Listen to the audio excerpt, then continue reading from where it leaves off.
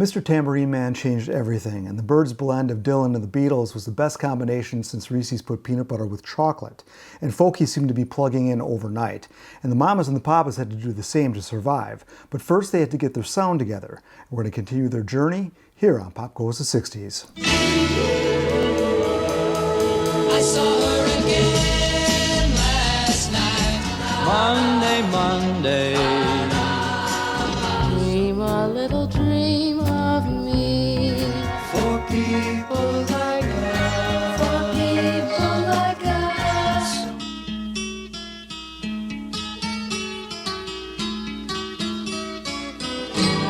This is dedicated. John Phillips had resisted the British invasion, but he finally realized that if he was going to compete in the pop world, he had to accept the fact that folk music was not going to get him there. At the insistence of Denny and Cass, John started to write in the style of the Beatles, and with the aid of some drugs like LSD, some of the creativity of Lennon and McCartney started to rub off on John's own writing. So what was left of the new journeymen, which was John, Michelle, and Denny, they were in New York, and Cass was hanging out with them, but she went back to Washington, D.C., and John, Michelle, and Denny had to figure out what they were going to do. So they decided to go rehearse in a comfortable place where they could get their sound together, and a blindfolded Michelle pointed to the Virgin Islands on a map. Their entourage included Michelle's sister Rusty and two musicians, Peter Palafian and Eric Horde on guitar, and together they just did a lot of camping on the beach, soaking up the sun, getting high, getting stoned, and rehearsing. Now, when an opportunity did present itself at a club, Hugh Duffy had this club called Duffy's, and a rival club had a rock and roll band, and they were getting all the business. So he wanted to add some live music. So these guys were offering their services. So they gather up as many instruments as they can on the island, and this is the first time they actually were playing electric instruments. Now, by the time they started playing at Duffy's, Cass had already come down and met with them, and she and Rusty were waiting tables at Duffy's, but she was also rehearsing with the group and singing with them when she could. Now, around this time, the story gets told about Cass not being right for the group because her voice was too low, and that a pipe fell on her head, and that magically made her voice a tone higher. Now, a pipe indeed did fall on her head, and she did get a concussion, but whether or not this actually changed or altered her voice is questionable. I mean, if you listen to the old Big Three records that she recorded, her voice doesn't seem that much change, but this is all a very good story in retrospect. So she started singing more with them, and they basically wore out their welcome there and left once they ran out of money. And Cass went her own way back and went to Los Angeles, while the rest of them went back to New York. Now, by the time they got back to New York, they were already well aware of some of the new hits coming out. And these were old friends of theirs, the Byrds and Lovin' Spoonful. And this was the whole new folk rock movement. And they realized that, well, you know, it's all happening out in Los Angeles, so we got to head out there. Although Cass had been rehearsing with them through this period, she was not actually a member of the group. And when they went out to Los Angeles, they stayed with Cass and Jim Hendrix. Now, Hendrix had been in a group with Cass Elliot earlier called the Big Three, and technically he was her husband. She had married him so he could evade the draft. So they all piled into his apartment and stayed there for a while. And another frequent visitor to Jim Hendrix's flat was Barry McGuire. Barry McGuire had had a hit, Eva Destruction, and that was a #1 song, and he was already recording his follow-up album. And McGuire said, you know, you guys should come out and check out Lou Adler. And Adler was the guy who was a principal owner in an independent record label called Dunhill. So Barry McGuire introduced them to Lou Adler, and Adler had known of John Phillips since Phillips had done some writing for the Kingston Trio, and he knew of Cass Elliot from her, just her reputation apparently, so they weren't completely new to him. But at some point, they were asked to sing, and when they sang, Lou Adler was blown away.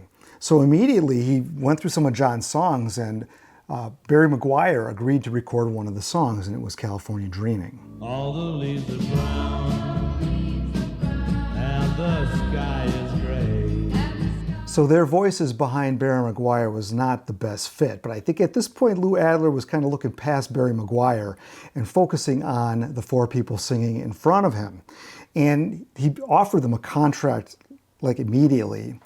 and contracts were drawn up and they were signing the next day. And it wasn't until this point that Cass Elliot actually joined the group, because she was always just kind of on the outskirts. But according to one account of Michelle's, is that John was trying to get Cass to join the group.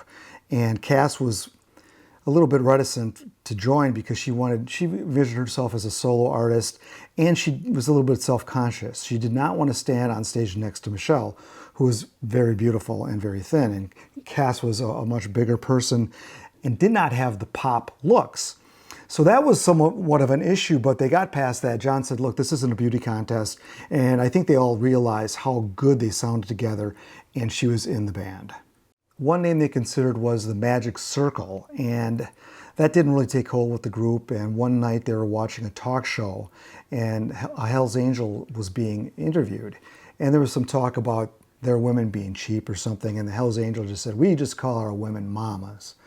And Cass Elliot and Michelle loved that name, and they said, we're mamas. So that basically became the name right then and there, and they were the Mamas and the Papas. So once they were signed to Dunhill, things happened very quickly. They got a $5,000 advance, and John Phillips got an additional $5,000 for his songwriting. And Dunhill rented a house for them, and they bought a used car for them. It was a used Cadillac, and they all lived in this greenhouse, and they were rehearsing, and they started to record. And John would stay late in the studio after going, all the recording, and he started to learn the ways of the studio. And he was a perfectionist, making them work hard on the vocals. And at this point, the group started doing some live shows as well.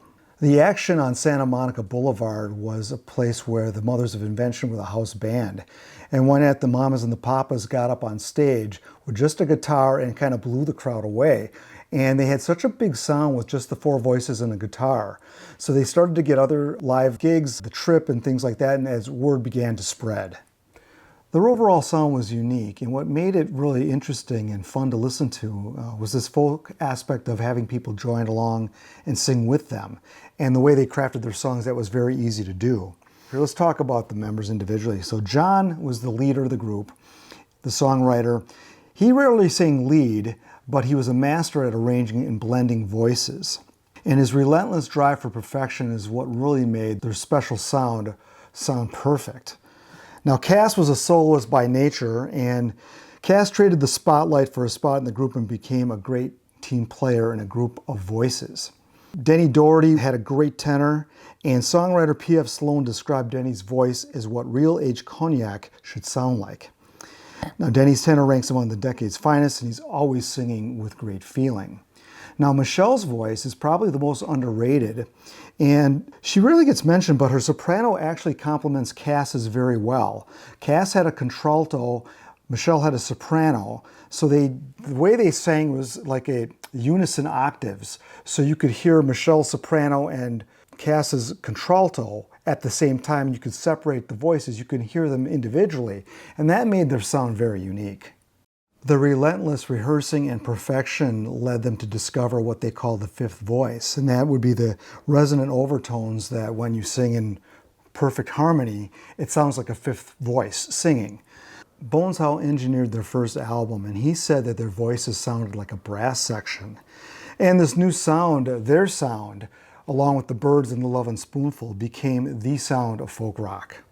Eager to release a single, Lou Adler chose to test Go Where You Want to Go in Hawaii. You gotta go where you wanna go, do what you wanna do. Adler had second thoughts and instead released California Dreaming as their first single. California, California dreaming on such a winter's day.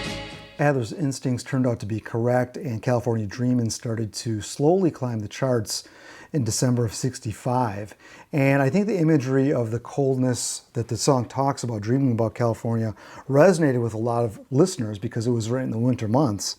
And they had some great male vocal interplay in the song, which was really new. Now, this is the first album. It's called If You Can Believe Your Eyes and Ears. And that title came from something Lou Adler had said when he first heard them. I can't believe my eyes and ears. So they had a very unique look. No other group looked like the Mamas and the Papas. And this photograph was taken at the greenhouse that they were renting. 'Cause I'm a real straight shooter, if you know what I mean. I need somebody grooving,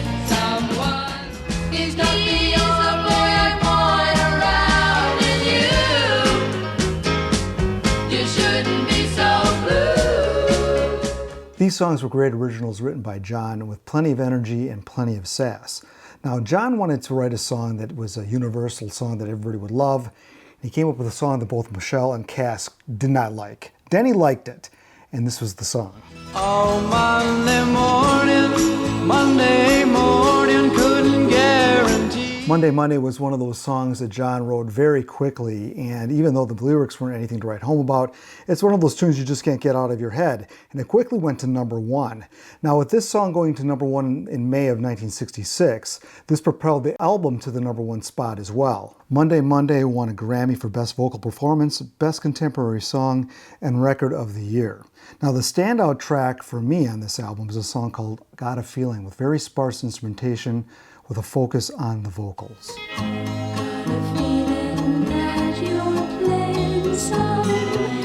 Now, there are 5 cover songs on this album, and the best cover is probably Cass's sensitive reading of the Beatles song, I Call Your Name. I call your name, but you're not. I never weep at night. I call your name. I call your name. I never weep at night. I call your name. The instrumentation for this album were done by some of the LA session players, Hal Blaine on drums, Larry Knechtel on piano, harpsichord, and organ, and Joe Osborne on bass. Those were the main players. John Phillips also played guitar on this album, and friend Peter Palafian played electric violin. Let's take a closer look at the album cover here. Now, for early 1966, when this was released, this was considered a pretty racy album cover.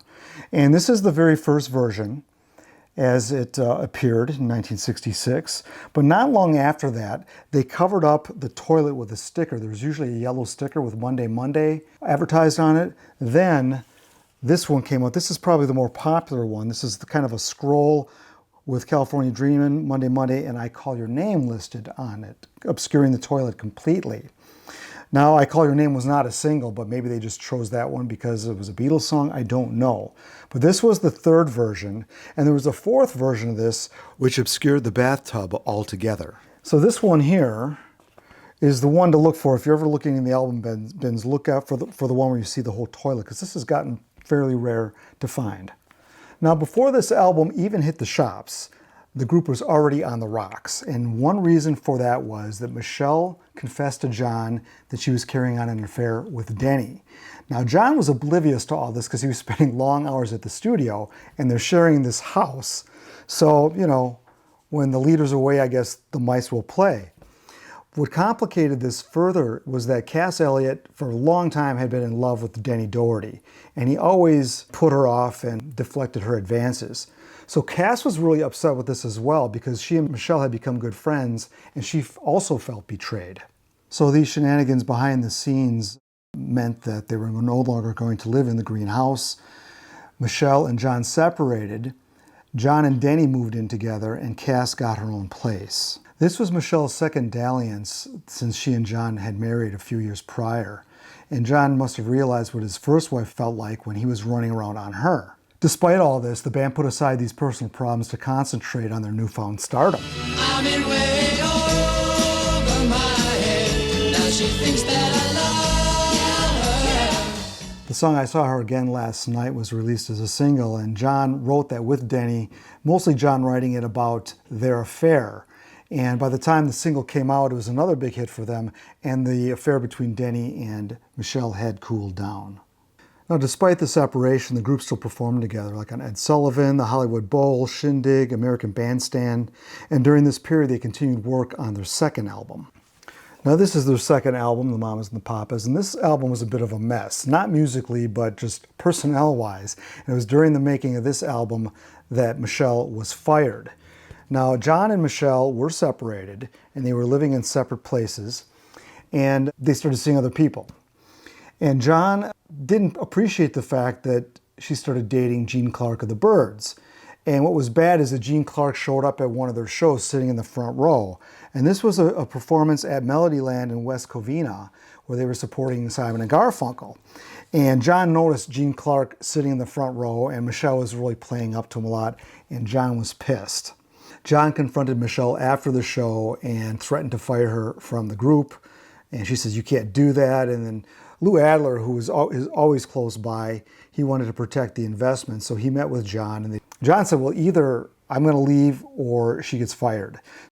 He went to Cass and Denny, presented that to them. And they said, "Well, we'll stay with you, John. We'll fire Michelle." So Cass and Denny went against Michelle on this one. Now, this period of separation from Michelle created some great songs, yes, but it also pushed John deeper into drug use. And he was one of these guys who was, I guess you'd say, functional on acid. So he took it pretty regularly. And this was a period where he was just kind of drowning in sorrows. And unfortunately, the band couldn't tour since Michelle was fired from the band, so they were unable to continue to capitalize on the #1 status of the song Monday Monday and the first album. A replacement for Michelle was quickly found in Jill Gibson. Now, Jill Gibson was the former collaborator with Jan Berry. They were a couple for a number of years. She also sang background Jan and Dean songs, and she co-wrote the song "You Really Know How to Hurt a Guy," which was one of their hits. And she also was in a group, a duo called Judy and Jill, which was kind of a girl version of Jan and Dean. And that's with Judy Lovejoy, which is Dean Torrance's girlfriend at the time. Now, Jill Gibson broke up with Jan Berry shortly before his tragic accident in April of 1966. And not long after that, she started dating Lou Adler. Now, Adler himself was separated from his wife, Shelley Fabaret. And he didn't waste any time bringing in a beautiful blonde, Jill Gibson. Jill Gibson was a logical choice, and she fit the suit. I mean, she was a beautiful blonde and she could sing, so that seemed to be a good choice. So they went to England to work her in, do some shows, and rehearse with her. While in London, the group visited the private discotheque Dolly's, where they met the Rolling Stones and the Beatles, and Denny struck up a good friendship with John Lennon, and Denny brought Lennon back to Cass's apartment. Cass didn't go to the club, and she was delighted to meet John Lennon. Back in the States, the group started to perform with Jill Gibson, and John started seeing socialite Ann Marshall, who was the daughter of actor Herbert Marshall. You're gonna trip, stumble and fall, and though I know you're having a ball, now I know just how you feel. It was real when I wrote your love.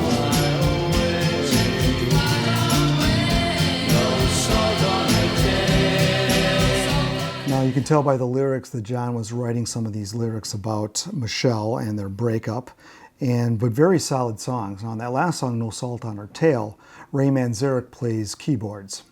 Another single was needed, and they released the melancholy Look Through My Window. She always said there'd come a time when one would leave and one stay behind. Look Through My Window, I think, is one of the best songs, but unfortunately it charted at a disappointing number 24. Perhaps it was a little too melancholy for the top 5.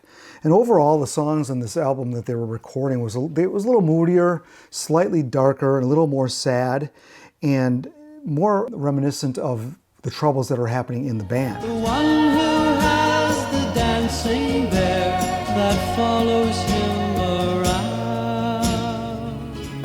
Offering their youth on the altar of blessed,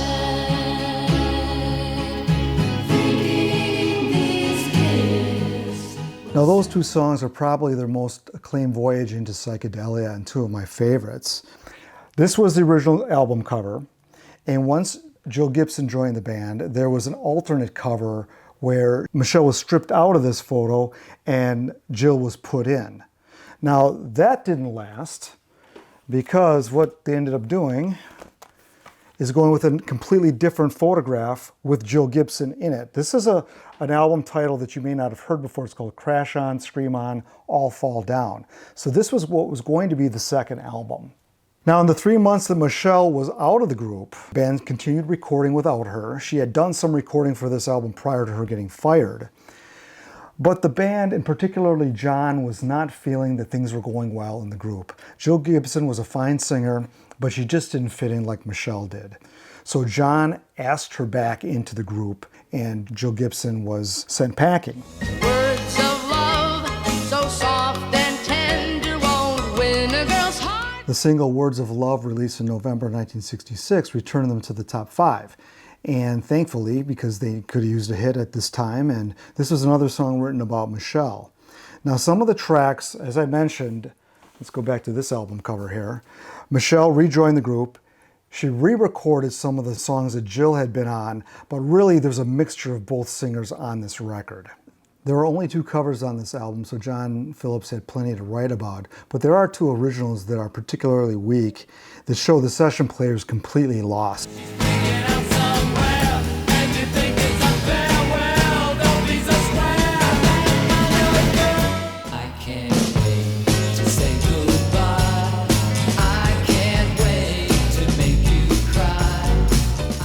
Now, despite those 2 weaker tracks, this is a very strong album, and it's a good complement to the first album. Like I said, it's a little moodier and a little sadder, but overall, extremely strong album. And one of the great examples of this album where I think they used the concept of less is more is in the near a cappella song, Once Was a Time I Thought. Once was a time I thought that love could be sold or bought and everything found a place for me. Once Was a Time I Thought is probably one of their best deep cuts, so that's one you're going to want to check out. Now, the name of this album has been a little bit confusing, so it looks like this is actually a self-titled album called The Mamas and the Papas. That's generally how it's accepted. However, as you can see the names Cass, John, Michelle, Denny, this looks like it's the title of the album. And that is not only on the cover, it's on the spine, and it's on the record label, on the original Dunhill pressings. But that got changed, so sometimes you'll see, like on this one here, this one just says the Mamas and the Papas on the label, even though you have the name Cass, John, Michelle, Denny on both the cover and the spine. Making matters worse, they spelled Denny's name wrong. Instead of changing the album cover and going through the expense, they just changed the title on the actual record itself. And with all the confusion over Jill Gibson being in the band or not, you know, it probably got confusing for the record plant as well. Now, this album that never came out, it's really the same tracks. There's no different tracks on this album. This was just a different title and a different cover with Jill. And they actually did print some of these covers. So these did get out, and you'll see there's old advertisements promoting this album. So it also made the trade magazines. But they're here tonight to regale you with some songs from their latest album. The title of the album, now move back a little and hold on to yourself, it's called Crash On, Scream On, Sing On, and All Fall Down. Here they are, the Mamas and the Papas. This is one I made. This is one of my albums that never wore. Here's the back. And I've never seen an original, but apparently they're out. They must be very expensive. Now, around the same time, there was a couple other albums that were also printed but never came out, namely the Beach Boys' Smile and Buffalo Springfield's Stampede. Now, with Michelle back in the fold, all was right again, and the group started a proper tour at this time. And the reconciliation between Michelle and John was not just a getting back together, but they were going to work on the marriage. Now, the money was still rolling in from the success of the first album, the recent singles, and now the release of the second album. And John and Michelle bought a Bel Air mansion, the former Jeanette MacDonald mansion. And MacDonald had died in 1965, and her husband, who was a singer, songwriter, director, actor, Gene Raymond, who has 2 stars on Hollywood Boulevard himself, he was selling the house. And would you believe it was listed for $225,000. John and Michelle offered $150,000 with $90,000 down in cash, and to their astonishment, they accepted that offer. In Bel Air, hard to believe, but this was a very large place. It had 5 bungalows on the property, and they began to live an opulent lifestyle. Denny bought actress Mary Astor's house in Laurel Canyon, and Cass bought a home in Beverly Hills that had recently belonged to Natalie Wood. Now, Cass became known for her gatherings at her house, and that's where a lot of people got together. It was Cass who introduced Zalyanowski to John Sebastian, which was the beginning of the Love and Spoonful, and she would introduce other people at her place as well. Now, Denny started living the bachelor lifestyle and would drive around in his car with his buddy Jim Morrison to the Doors, picking up women in the canyon. And John and Michelle would throw these grand parties. They got introduced to the Hollywood set, and they would have these large parties with the finest foods and champagnes. The group was a very popular live attraction, and Cass Elliot typically had the audience in the palm of her hand. You know, Denny and John weren't quite as confident, and they relied a lot on stimulants while on stage, and several strategically placed glasses of Crown Royal whiskey. Now, the next single that they released was another smash. Each night before you go to bed, my baby. Dedicated to the One I Love was probably their finest cover, and it was Michelle's first lead vocal. Now, that song got to #2 on Billboard and was kept from the #1 position by the Turtles' Happy Together. Now, the third album, called Deliver, was named such because both Michelle and Cass were pregnant during this time. If you have a mansion, I guess you can build a studio in your mansion. And so this was recorded in their home studio. And the home studio became somewhat of a vanity thing. And Brian Wilson moved in next door to them a few months after they bought their place, and he installed his own private studio as well. Did you ever want to cry, but you didn't know just what? Be cool, be clean, if you know what I mean. Or be my lover.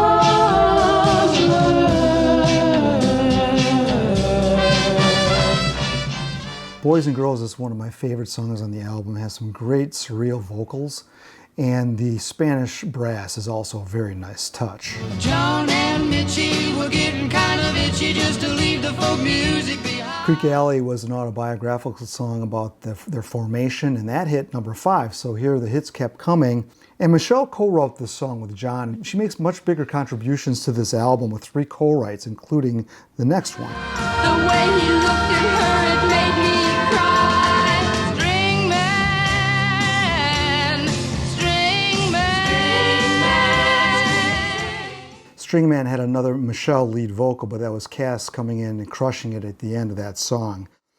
And Cass, she wasn't a writer. John asked her to write with him, and he tried to get her to write, but it just wasn't her thing, unfortunately. So Deliver, this album got to #2 in the charts, another big hit. And it's not without its weak moments. I mean, there's 2 instrumental tracks on here. So when a vocal group has instrumental tracks, you know that they're running low on material.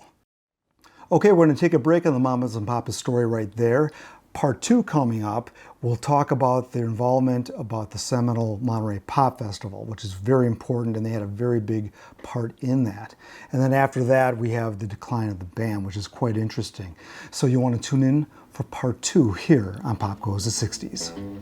But now with you by my side, I find that I feel so satisfied. Somebody must have loved